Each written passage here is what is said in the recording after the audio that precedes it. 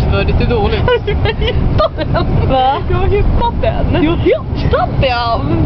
Du har hittat den! Du vill skicka in sen.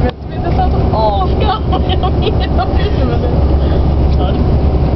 Svaret är dåligt.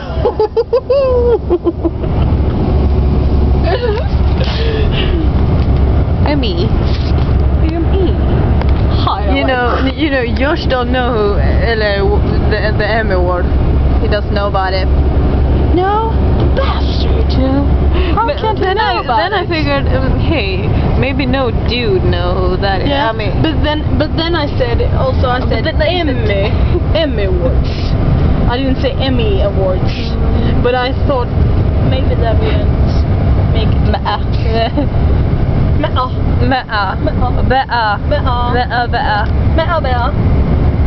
Happy. Dude, you're hot.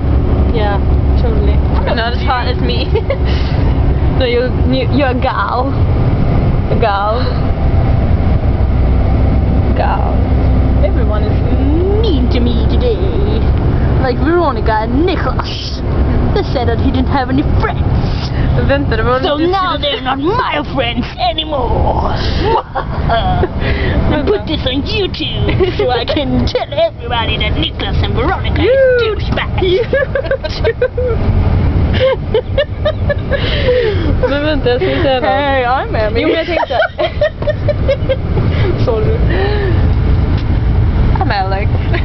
I'm Illich. No, I said I'm Emmy. Men vänta, jag kom på alltså jag visste typ inte heller vad Emmy Awards var innan du sa att du hade det för dig.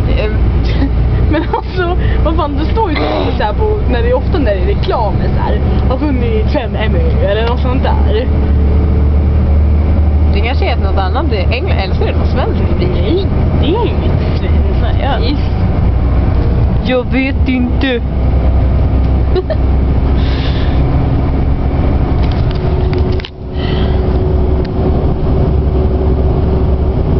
Tror att båda finns nu.